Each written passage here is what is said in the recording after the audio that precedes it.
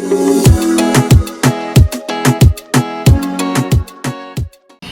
guys, it's me, Cheryl Fries, and welcome po dito sa aking munting channel.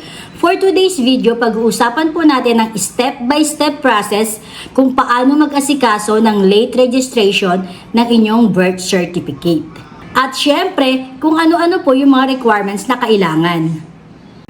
Ang late registration ng birth certificate ay kapag hindi na irehistro ang kapanganakan within 30 days mula sa petsa ng kapanganakan. Sino nga ba ang pwedeng magpa-late register? Pwede magpa-late register ang mga bata, teenagers, at adults basta wala silang existing record sa PSA. Saan mag-a-apply ng late registration? Ang late registration ay inaasikaso sa local civil registry office kung saan ipinanganak or kung saan ka naninirahan sa kasalukuyan.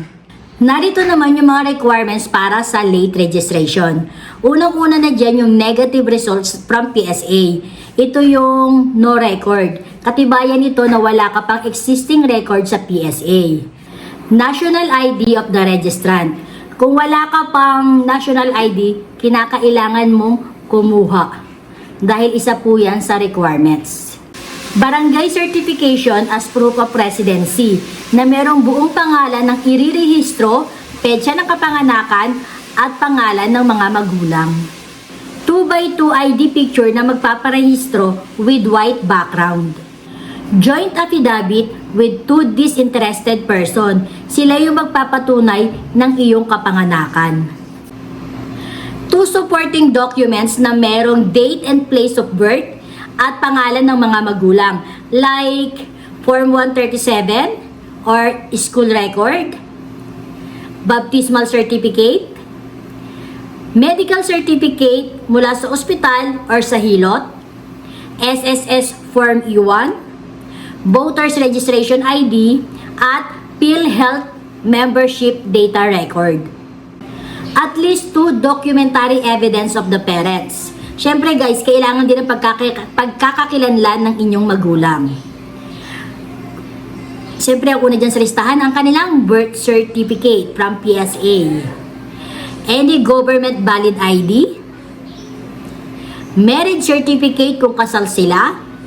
At kung pareho namang wala na yung magulang nyo or yung isa yung wala, kailangan nyo pa rin magpakita ng death certificate mula sa PSA. At syempre guys, required din ang mandatory appearance. Kung 18 years old na yung irirehistro, kailangan siya mismo doon sa civil registry office. At kung minor naman, mandatory yung appearance ng kanilang mga magulang. Ganito naman ang step-by-step process kung na-secure mo na ang lahat ng inyong requirements para sa late registration. Unang-una, pumunta ka sa inyong local civil registrar office or LCRO kung saan ka ipinanganak or kung saan ka naninirahan sa kasalukuyan. Second, mag-request ng form at mag-fill out certificate of live birth affidavit. Third, isubmit po ang inyong lahat ng requirements, i-verify at i-check po yan ng civil registrar.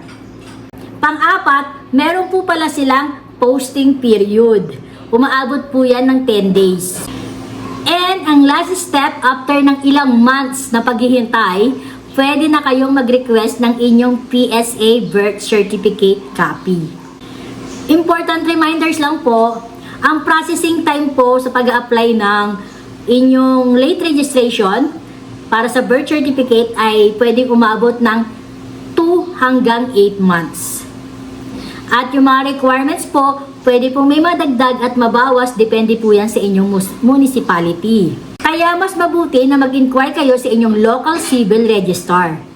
So ayun guys, sana nakatulong po ang video na to para sa late registration ng inyong PSA birth certificate. If meron po kayong mga katanungan, just comment down below and don't forget to like and subscribe. Thank you for watching. God bless. Ciao.